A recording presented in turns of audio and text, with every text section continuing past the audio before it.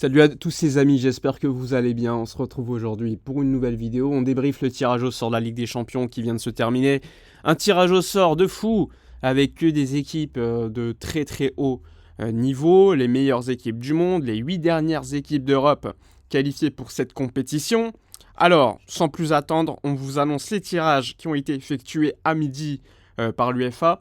Arsenal-Bayern pour le premier match, Atlético Dortmund pour le second, Real Madrid, Manchester City le troisième et PSG Barça pour le quatrième.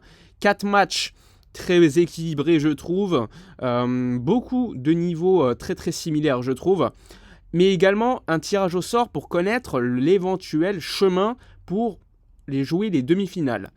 Ensuite on a donc appris que le gagnant de l'Arsenal Bayern allait affronter le gagnant de Real City, et donc le gagnant d'Atlético Dortmund rencontrerait le gagnant de Barça PSG. Alors honnêtement, pour moi c'est le meilleur tirage au sort possible pour le Barça après Dortmund. Pour moi, il fallait que le Barça tombe soit contre Dortmund, soit contre le PSG.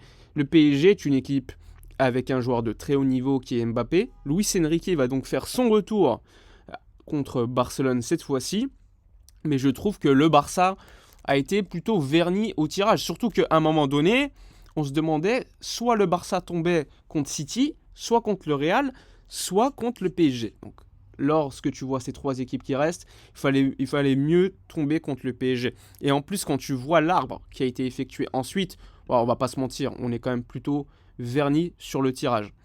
Alors, il faut voir également que la date de ce tirage au sort, du match, ça sera le 9 et le 10 avril. Et le deuxième match aura lieu le 16 et le 17 avril. Donc le Barça a encore un petit peu de temps. Il y aura une semaine entre les deux matchs. Là, il y a encore un mois avant la performance en Ligue des Champions. Bon, ça va être vraiment hypant. On va parler assez rapidement de chaque match. Donc chaque match pour moi, tout d'abord le Arsenal Bayern Munich que je trouve très très équilibré sur le papier. J'aime beaucoup l'équipe d'Arsenal. Une équipe qui en ce moment se bat pour la première ligue jusqu'au bout. Donc il faudra voir si cela a un impact. Mais en tout cas, après des performances plutôt décevantes contre Porto, où Porto jouait très très bas, là on va voir un match très ouvert parce que le Bayern ça attaque, Arsenal ça attaque. Donc ça sera vraiment un gros spectacle à mon avis. Donc perso, si je devais choisir une équipe qui passerait entre les deux, je dirais quand même légèrement un avantage au Bayern Munich. Mais franchement, c'est très très équilibré. Et ça faisait longtemps qu'on ne voyait pas autant de matchs aussi équilibrés en quart de finale. Ensuite, le deuxième match. Le deuxième match, c'est Atlético Dortmund. Là aussi, je trouve que c'est plutôt équilibré sur le papier. Alors, l'Atlético est une équipe qui, à l'extérieur, a énormément de mal. Donc, il faudra voir comment ça va se dérouler pour eux lors du match retour. Mais en tout cas, sur le papier, l'Atlético me paraît quand même légèrement supérieur au BVB. Même si, encore une fois, des matchs de Ligue des Champions, tout peut se passer. C'est quand même plutôt pas mal pour l'Atlético qui, après une victoire au bout du bout contre l'Inter au penalty, est plutôt verni au tirage. Parce que tu tapes Dortmund qui était le véritable épouvantail que tout le monde voulait avoir en quart. Et en demi, t'évites un potentiel City Real et surtout un Bayern Arsenal. Donc franchement, bon tirage également pour l'Atlético de Madrid qui peut s'estimer très très heureux dans ce tirage au sort. Ensuite, le troisième match, donc Real Madrid, Manchester City avec le retour qui aura lieu donc à City, à l'Etihad. Donc franchement, là aussi, c'est un match de haut niveau. Si le Real ne fait pas la différence au match aller, c'est-à-dire que s'il y a un match nul, mais qu'il n'y a pas un score de 1, plus 1 ou plus 2, franchement, je vois City passer. Mais ça restera encore une fois très dur d'éliminer le Real Madrid en Ligue des Champions. On sait comment ça se déroule pour le Real. C'est une équipe qui est vraiment liée à cette compétition. On l'a vu contre Leipzig, ils n'ont pas fait de grands matchs, mais ils ont réussi à passer. Le Real, c'est toujours comme ça. Le Real, même quand ils ne réussissent pas de bons matchs, ils réussissent toujours à passer. C'est dans leur ADN de toute façon. Cette compétition, entre guillemets, elle leur appartient d'une certaine manière. Donc perso, je vois quand même City passer parce que voilà, City, ça reste une équipe très bien construite qui va lutter également pour la première ligue jusqu'au bout, comme Arsenal, comme Liverpool qui n'est pas dans cette compétition. Donc là aussi, très très intéressant à suivre. On va, à mon avis, se faire beaucoup plaisir en voyant ces matchs-là. Encore une fois, on a la malchance d'avoir tous ces matchs sur 2 jours, c'est-à-dire qu'il y aura forcément un match par jour qu'on ne verra pas. Donc là aussi, c'est un petit peu dommage. Mais bon, c'est également la règle des quarts de finale de Ligue des Champions. Et le dernier match, Paris Saint-Germain, Barcelone, avec le retour à Montjuïc. Ça, c'est une bonne chose pour le Barça.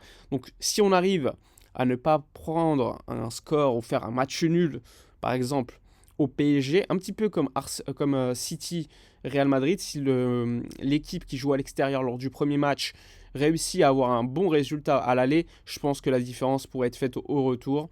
Même si en face, on va pas se mentir, tu as Mbappé qui peut faire la différence à tout moment. Le Barça, je pense que au milieu de terrain peut être supérieur au Paris Saint-Germain. Il faudra voir si défensivement le duel Ronald Araujo Mbappé, comment il va se passer. Également le retour d'Ousmane Dembélé en Catalogne.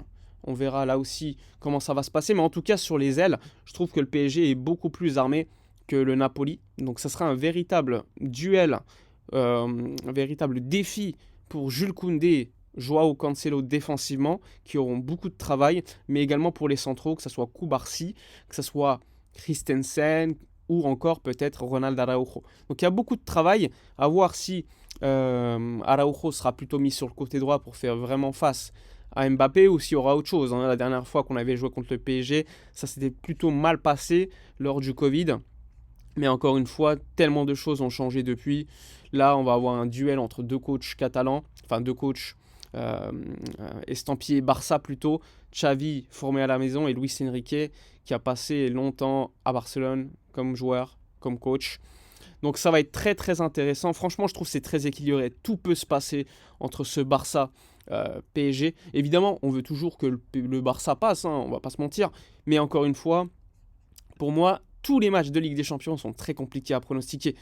Tu peux donner l'Atlético un peu plus supérieur, tu peux donner Bayern un peu plus supérieur. Bref, tu peux donner des petits edges à certaines équipes lors de ces affrontements, mais franchement, c'est tellement équilibré que c'est compliqué de se dire, tiens, cette équipe va passer, on est sûr.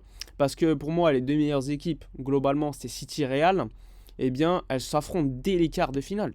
Et les autres équipes, les autres affrontements sont plutôt équilibrés. Donc voilà, ça fait plutôt plaisir, un tirage au sort assez équilibré.